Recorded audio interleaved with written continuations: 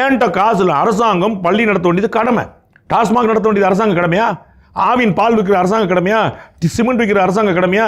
இதெல்லாம் அவங்க கடமையில செஞ்சுட்டு இருக்காங்க. ரோடு போட வேண்டியது அவங்க கடமை எப்படி இருக்கு? பஸ் விட வேண்டியது கடமை எப்படி இருக்கு? மின்சாரம் தடைபடாத மின்சாரம் இன்னைக்கு இருக்குதா?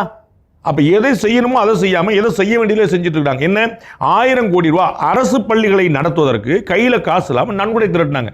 இன்னைக்கு எவ்வளவு அலாக்கு பண்ணியிருக்காங்க? 6000 கோடி ரூபாய். இந்த 6000 கோடி ரூபாய் தமிழ்நாட்டில் எவ்வளவு பள்ளியில் சீரமைச்சிருக்க முடியும்?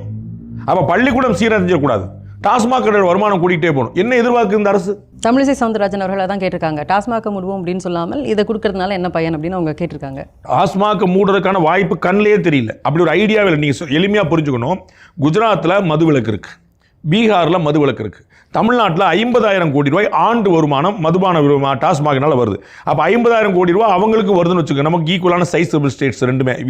அப்போ 50,000 கோடி ரூபாய் வருமானம் இல்லாமல் அவர்கள் பட்ஜெட் போடுகிறார், சர்ப்ளஸ் பட்ஜெட் போடுகிறார். எப்படி தமிழ்நாட்டில் ஷார்டேஜ் பட்ஜெட் வருது? எப்படி 10 லட்சம் கோடி ரூபாய் கடன் வருது?